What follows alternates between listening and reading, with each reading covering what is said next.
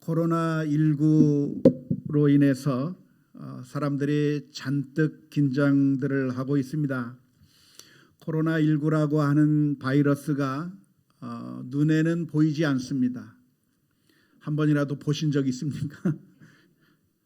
아무도 보지 못했고 볼 수도 없는 너무나도 작은 것인데, 그런데 그것이 존재하고 있을 뿐만 아니라 거기에 감염되면 위험할 수 있다고 하는 사실이 모든 사람들로 하여금 긴장의 끈을 놓지 않게 만들고 있습니다. 그래서 많은 사람들이 마스크를 끼고 있기도 하고요. 악수 대신에 팔꿈치로 인사도 하고, 어떤 경우에는 발로도 인사를 하고, 여러 가지 그 바이러스에 걸리지 않기 위해서 부단한 노력을 하고 있는 것 같습니다. 그랬더니 아주 놀라운 결과가 나타났다고 합니다. 이게 정확하게 통계를 낸 것은 아니고 그냥 사람들이 하는 이야기니까 얼마나 신빙성이 있는 이야기인지는 모르겠지만, 금년에 사망하는 사람들이 많이 줄었다고 합니다. 예를 들어서 양로원 같은 경우에 매년 이 기간 정도 되면 몇 분씩 돌아가셨는데 한 번도 금년에는 안 돌아가셨다고 하는 그런 양로원 이야기들도 종종 듣고요. 여러 목사님들하고 대화를 하다 보면 평상시 이 기간 동안이면은 몇 분 정도 교인 가운데서 돌아가셨는데 금년에는 장례를 한 번도 안 치렀다고 하는 그런 목사님들도 계시고, 또 들리는 이야기에 소아과나 내과에 환자가 안 온다고 하는 그런 이야기들도 들립니다. 모두가 다 손을 열심히 씻고 마스크를 끼고 전염병에 걸리지 않으려고 노력을 하다 보니까 다른 병들, 감기나 여러 가지 우리가 흔히 앓는 그런 질병들도 앓지 않아서 오히려 건강하게 그리고 잘 살고 있다고 하는 그런 긍정적인 이야기를 들었는데, 그것이 사실인지 아닌지는 모르겠습니다. 그런데 우리에게는 코로나19와 같은 질병만 있는 것이 아니라 영적인 질병도 있다고 하는 사실을 알고 계십니까? 영적인 질병, 영적인 바이러스는 코로나19와 비슷하다고 말할 수 있겠는데요. 코로나19를 우리가 눈으로 볼 수 없는 것과 마찬가지로 우리가 잘 걸릴 수 있는 이 영적인 바이러스, 영적인 질병도 우리의 눈에 보이지 않는다는 점이 공통점이라고 할 수가 있겠습니다. 뿐만 아니라 공통점이 있다고 한다면 코로나19에 걸리게 되면 아프게 되고 또 심지어는 사망에 이르기까지 하는데, 우리가 영적인 바이러스에 걸리게 되면 치명상을 입고 아주 치명적인 결과를 가져온다고 하는 점에 있어서 영적인 바이러스도 코로나19와 마찬가지로 아주 심각한 영적인 질병이라고 말할 수가 있겠습니다. 문제는 사람들이 코로나19에 대비하기 위해서 더워도 마스크를 쓰고 힘들어도 여러 가지 조심하면서 그렇게 조심하면서 살아가고 있는 반면에, 훨씬 더 치명적인 영적인 바이러스에 대해서는 거의 무방비 상태로 있다고 하는 것이 우리가 가지고 있는 문제라고 할 수가 있겠습니다. 오늘은 우리가 흔히 알고 있는 여러 가지 영적인 바이러스, 영적인 질병 가운데서 시기와 질투라고 하는 영적인 바이러스에 대해서 생각해 보려고 합니다. 코로나19라고 하는 바이러스는 접촉이 되면 비말을 우리가 취하게 되면 그러면 여지없이 전염병에 걸리게 됩니다. 천하장사라고 해서 코로나19에 안 걸리나요? 그게 아니죠. 아무리 건장한 사람도 전염병 바이러스에 노출이 되면 질병에 걸리게 됩니다. 이와 마찬가지로 시기와 질투라고 하는 영적인 바이러스도 우리 가운데 그 누구도 면역력을 가지고 있어서 전혀 걸리지 않을 수 있는 그런 장담을 할 수 있는 분이 한 사람도 없다고 하는 사실을 우리가 기억하면 좋겠습니다. 시기와 질투의 바이러스라고 하는 것은 불신자들만 걸리는 바이러스가 아니라 우리 성도들도 자주 만나게 되는 바이러스이고, 성도들뿐만이 아니라 심지어 주의 일을 하겠다고 헌신한 사람들에게서조차도 나타날 수 있는, 헌신한 사람들에게조차서도 드러날 수 있는 그런 치명적인 영적인 질병이라고 할 수가 있겠습니다. 예수님께서 선택하신 12명의 제자들이 있었습니다. 이 제자들은 예수님을 따르기 위해서 대단한 결심을 했습니다. 어떤 결심을 했나요?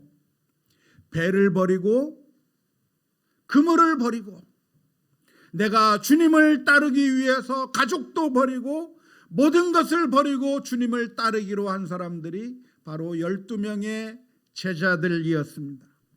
이러한 결단을 하는 일이 쉬운 일입니까? 어려운 일입니까? 어려운 일이에요.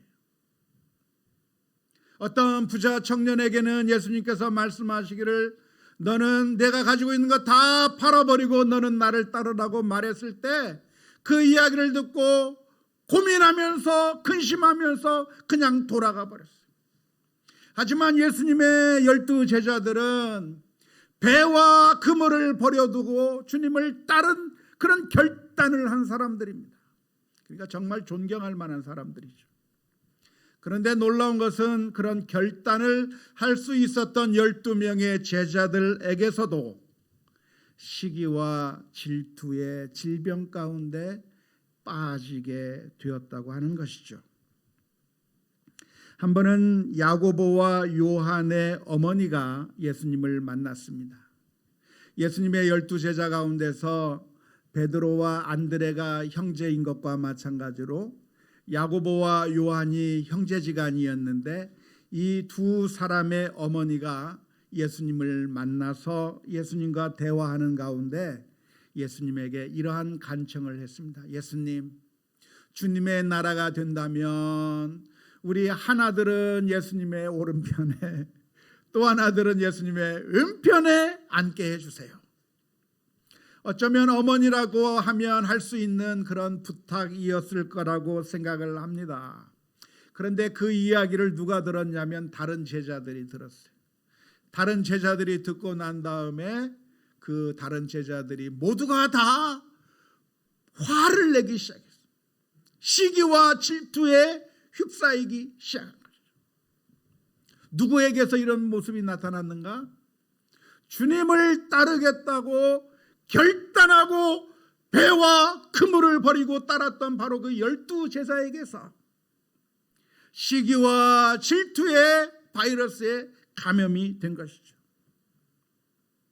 우리가 주의 일을 한다고 해서 시기와 질투의 바이러스라고 하는 것에 면역력이 생기는 것은 아닙니다. 목사가 되고 장로가 되고 권사가 된다고 해서 거기에서부터 면역력이 생겨서 나는 안전한 경우가 없습니다. 다른 사람들이 나보다 더 인정 많이 받는 것 같고, 다른 사람들이 나보다 더 박수를 받는 것 같고, 그런 모습을 옆에서 보게 되면 견딜 수 없는 고통에 들어가는 것이 어쩌면 우리 인간들이 가지고 있는 모습이라고 할 수가 있습니다. 하지만 이러한 모습이 우리들에게서 자연스럽게 나온다고 해서 이러한 생각들이 괜찮은 것이고 아무 문제가 없는 것이 아니라 사실은 우리를 영적으로 망가뜨리고 우리를 파멸로 인도하는 그런 엄청난 그 대가가 따르는 그 위험한 영적인 질병이라고 하는 사실을 우리가 기억해야 될 줄로 믿습니다.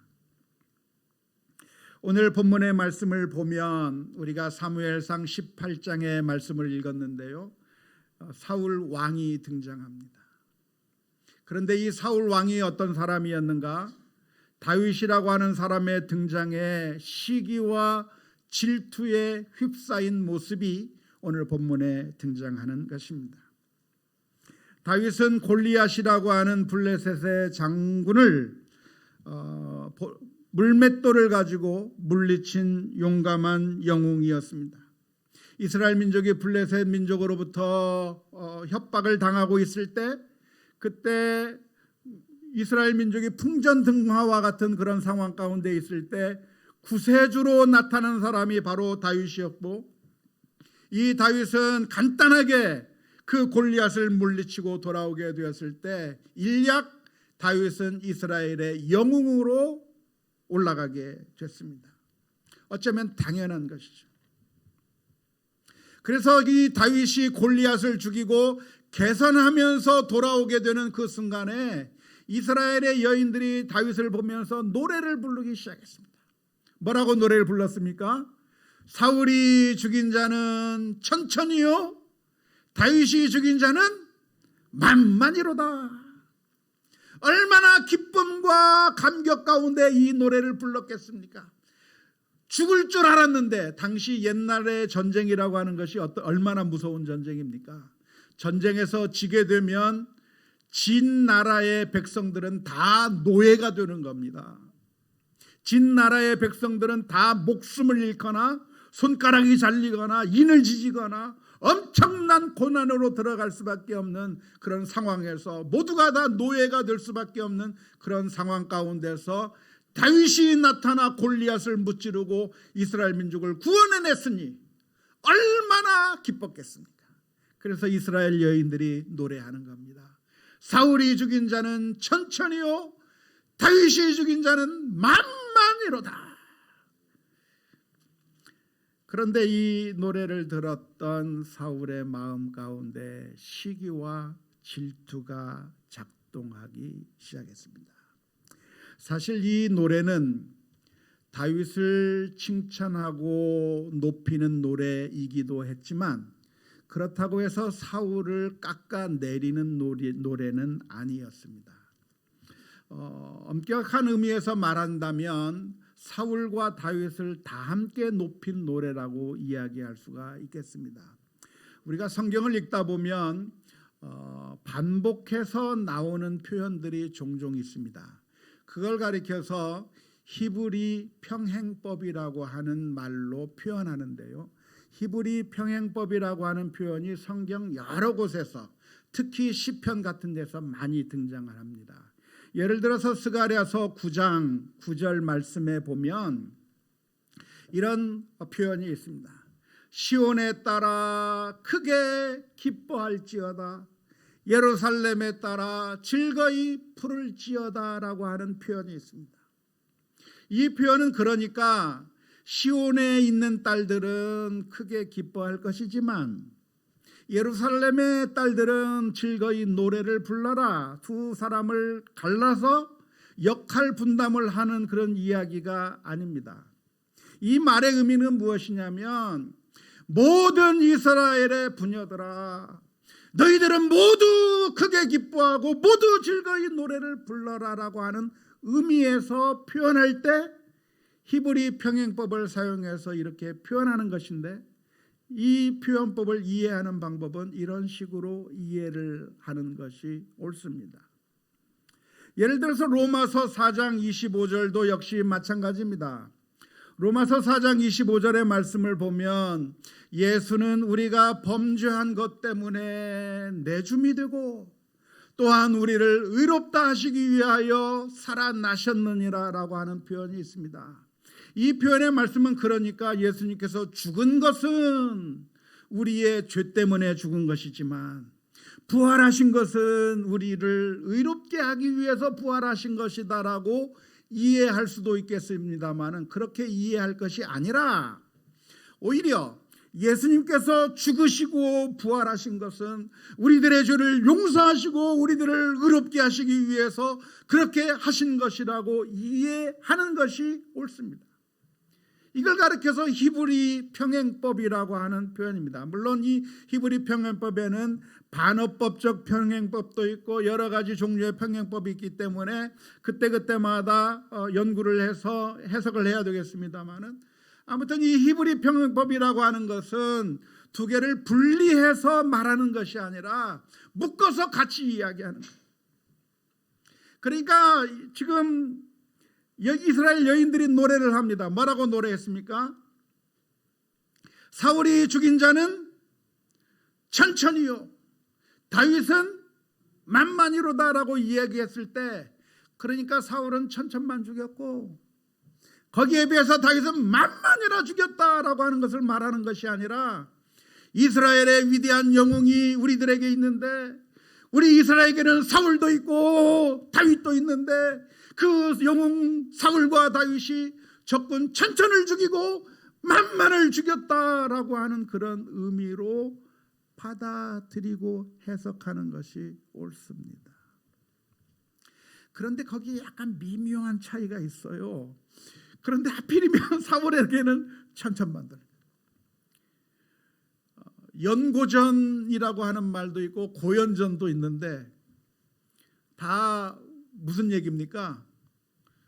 다 아주 훌륭한 두 대학이 같이 체전을 한다는 얘기잖아요. 다 높이는 얘기예요. 연대도 높이고 고대도 높이는 말이에요. 그런데 고려대 학생들은 꼭 고연전이라고 그러고, 연세대 학생들은 꼭 연고전이라고 그러고, 그래서 누가 고연전 그러면 연세대 학생들 화내고. 근데 사실 그게 아니에요. 함께 높이는 거, 함께 높이는. 그런데 이 사울 왕이 시기와 질투의 색안경으로 다윗을 바라보게 되는 그 순간 모든 것들이 불편하게 느껴지고 다윗에 대한 미움이 속에서부터 솟아나게 된 것입니다. 사람이 시기와 질투의 색안경을 끼게 되면 모든 것들이 다 뒤틀려 보이기 시작합니다. 그런데 문제가 어디에 있습니까? 정말 이 세상이 뒤틀려서 문제가 아니라 사실은 내가 잘못된 색안경을 끼고 있다고 하는 것이 문제인 것이죠. 내가 빨간색 안경을 끼고 보면 이 세상이 온통 빨개 보이는 거예요. 근데 문제가 세상이 빨간 것이 문제가 아니라 내가 잘못된 안경을 끼고 있는 것이 문제라고 하는 사실을 우리가 깨달아야 되는 것이죠.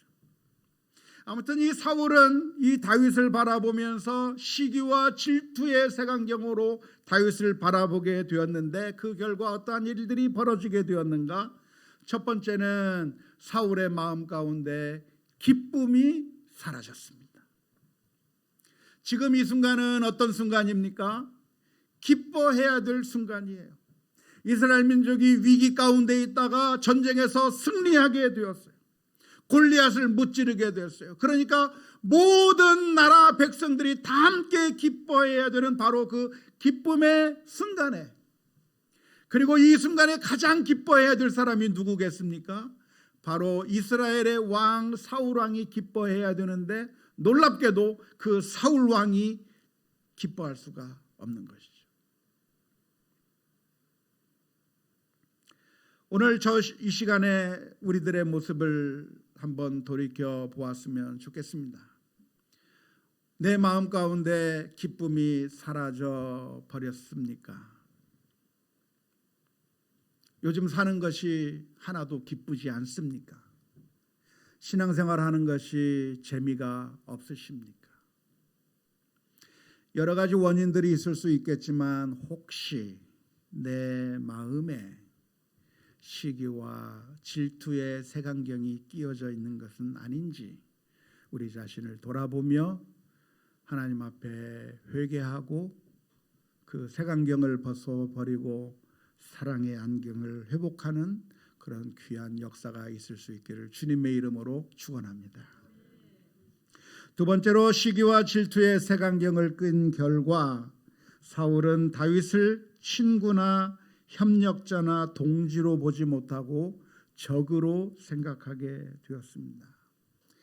적이 누구입니까? 적은 나를 도와주는 사람이 아니라 나와 싸워야 될 사람입니다. 그런데 이 사울 왕은 다윗을 어떻게 취급했는가? 함께 협력하는 협력자, 같이 일할 수 있는 동지로 생각한 것이 아니라 반드시 싸워서 물리쳐야 될 적으로 생각하게 된 것이죠. 결국 내가 어떤 사람을 적으로 생각하면 그 사람과 협력이 불가해지는 겁니다. 그 사람의 도움을 받을 수가 없는 겁니다. 그 사람과 함께 기뻐할 수가 없는 겁니다. 그 사람을 향해서 죽일 수 있는 그 창을 던지게 되는 것이죠. 내가 누구를 적으로 만드는 것처럼 어리석은 일이 없습니다. 내가 그 사람을 친구로 만들고 평화의 악수를 누린다고 한다면 우리는 함께 행복해질 수 있어요. 그런데 그 사람을 적으로 만들면 결국 그 피해가 누구에게 오는가? 누구에게 오겠습니까? 그 사람에게도 가지만 가장 큰 피해는 나 자신에게 온다고 하는 사실을 기억해야 할 것입니다. 사무엘서의 말씀을 읽어보면 사울 왕은 비참한 최후를 맞이하게 됩니다. 어디서 최후를 맞이하나요? 블레셋과의 전투에서 비참한 최후를 맞습니다. 전사하게 됩니다. 이스라엘과 블레셋 사이의 전투의 현장 가운데 블레셋 사람들의 손에 의해서 사울 왕이 죽게 되었는데 왜 죽습니까?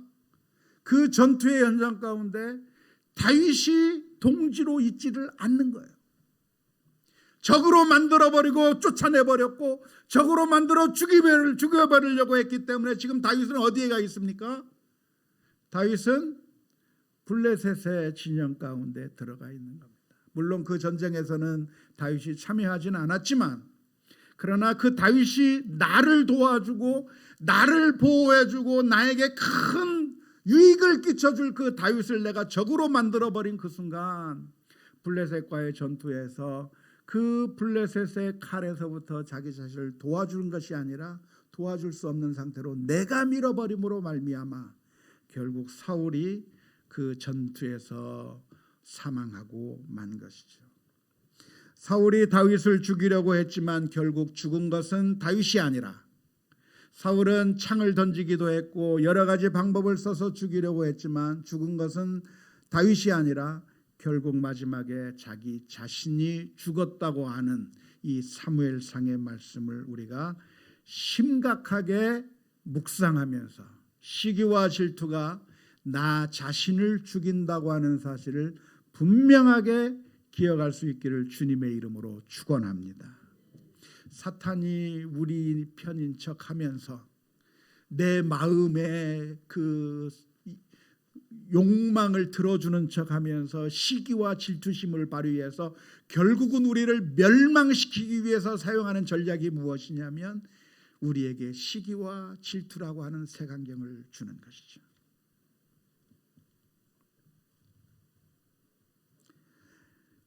오늘 우리들은 코로나19에 혹시라도 걸릴까 봐 정말 긴장하면서 보내고 있습니다. 그럽니까? 그렇지 않고 있습니까? 그러고 있죠? 저도 그래요. 지난 주인가요? 아무튼 얼마 전이었는데 부산에서 한 목사님이 저를 방문했어요. 여기 전라북도에 무슨 일이 있다고 오는 김에 저를 만나겠다고 해서 제가 그 목사님에게 음식 대접을 맛있게 해드렸습니다. 그런데 음식을 같이 먹고 있는데 목사님이 전화를 받는 거예요. 전화를 받는데 누구한테서 전화가 왔냐면 그 교회 목사님의 그 교회의 부목사님한테서 전화가 온 거예요. 그 부목사님이 뭐라고 전화를 하냐면 목사님 오늘 아침에 좀 상태가 많이 안 좋았었는데요. 그래서 오늘 아침 굉장히 오늘 하루 종일 힘들었었는데 오늘 저녁 때 보니까 열이 펄펄 나고 온도가 많이 올라서 제가 좀 조심스러워가지고 그래서 내일 코로나19 테스트를 해보려고 합니다. 그러는 거예요. 그 이야기를 듣고 제가 얼마나 긴장을 했겠습니까?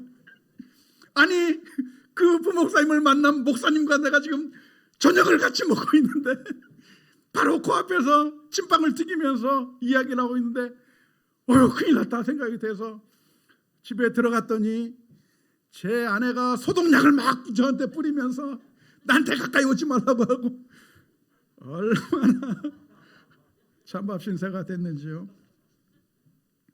목사님한테 그 다음날 문자를 보냈어요. 목사님 그 부목사님 검사 받았답니까? 네, 받으러 갔답니다. 어떻게 됐나요? 아직 모른답니다. 그 다음날 또 문자를 보냈어요. 목사님 어떻게 됐습니까? 어떻게 됐습니까? 음성이랍니다. 그래서 안도의 한숨을 내쉰 것 같습니다. 그런데요, 코로나19보다도 훨씬 더 위험한 시기와 질투의 영적인 바이러스가 있는데 우리가 그냥 무방비 상태로 있어서야 되겠습니까? 오늘 저와 여러분들이 기도해야 될 기도의 제목이 무엇입니까? 주여, 시기와 질투의 바이러스로부터 보호하여 주옵소서. 우리가 모두 하나의 팀이 되어야 하는 것입니다. 가정은 무엇입니까? 서로가 서로를 사랑하는 하나의 팀입니다. 축구 선수와 같습니다. 그런데 축구 선수들이 운동 경기를 하다가 그 선수들의 마음 가운데 한순간에 시기와 질투의 바이러스가 들어가게 되면 결정적인 순간에 골을 패스를 합니까? 하지 못하게 됩니다. 내가 저 선수에게 볼을 주어서 저 선수가 넣게 되면 저 선수가 영광을 받는다고 생각되고 그게 시기가 나고 질투가 나면 그 축구팀은 망하는 겁니다. 저 선수가 넣는 것을 우리 팀이 이긴 걸로 함께 기뻐해야 되는 거예요. 우리가 함께 이겼다고 하는 것을 함께 기뻐할 수 있는 마음이 있어야 축구팀이 되는 것이고 승리할 수 있는 거예요. 가정이 마찬가지 아닙니까? 남편과 아내가, 부모와 자녀가 적이에요, 팀이에요? 팀이에요. 교회도 마찬가지입니다. 교회는 사랑의 공동체가 되어서 함께 사랑하고 아끼고 돌보고 격려하면서 하나의 동료가 되어서 협력자가 되어서 일을 해야 될 줄로 믿습니다. 그런데 안타깝게도 수많은 교회에서 서로가 서로를 적으로 생각하고 싸우다가 망해가는 거예요. 안타깝게도 우리나라가 서로 동지가 되지 못하고 협력하는 자가 되지 못하고 서로가 서로를 적으로 생각하면서 서로 싸우다가 망해버리는 그런 모습을 보이는 것 같아서 너무나도 안타깝습니다. 그런데 우리 성도들이 가져야 될 그 자세가 있다고 한다면 시기와 질투의 마음이 아니라 사랑의 마음으로 바라볼 수 있는 그런 믿음을 회복할 수 있기를 주님의 이름으로 축원합니다. 신앙생활 하다 보면 목사님 때문에 시험 받는 경우가 참 많이 있어요. 언제 시험 받습니까? 목사님한테. 목사님이 누구 칭찬하면 그것 때문에 시험 들어요. 근데 제가 누구를 칭찬하고 격려하면 왜 칭찬하고 격려하겠어요? 연약한 그릇이니까. 뭔가 망가질 것 같고 뭔가 부족한 것 같고 그러면 힘내시라고 용기를 얻으시라고 그렇게 격려하고 축복해 주면 그것을 보고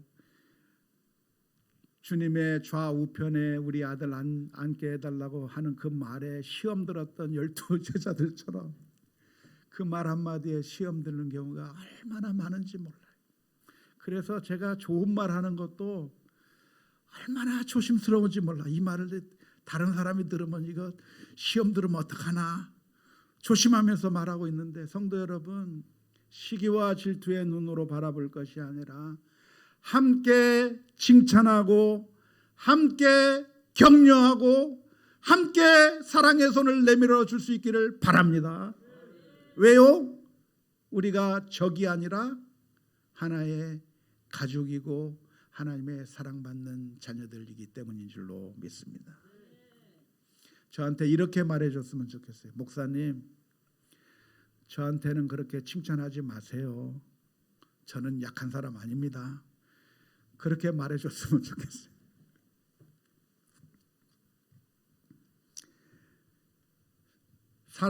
시기와 질투의 반대말은 사랑입니다. 부모가 자식을 바라볼 때는 전혀 시기와 질투의 눈으로 바라보지 않습니다. 그래서 누군가에게 말하기를 자네 아들이 자네보다 훨씬 더 잘생겼다 말하면 기분이 나쁩니까? 좋습니까? 좋아요. 당신 같은 사람에게서 어떻게 저렇게 똑똑한 아들이 나왔지? 기분 좋아요? 나빠요? 기분 나쁩니까? 좋아요. 왜? 우리 자녀를 사랑의 눈으로 바라보니까요. 초등학교도 제대로 못 나온 부모가 자기 자식이 명문대학에 들어가고 박사를 받고 하면 그 아들을 보면서, 그 자녀를 보면서 시기하고 질투하는 것이 아니라 그 졸업식장에서 너무나도 기뻐서 눈물을 흘리는 거예요. 왜? 사랑의 눈으로 바라보니까. 그런데 사랑하는 성도 여러분, 하나님께서 저와 여러분들을 바라보실 때에도 사랑의 눈으로 바라보셨다고 하는 사실을 알고 계십니까? 하나님께서는 우리가 죄악의 길로 갈 때는 애통해 하셨고, 우리가 회개하고 돌아오는 모습을 보여주면 기뻐하셨습니다.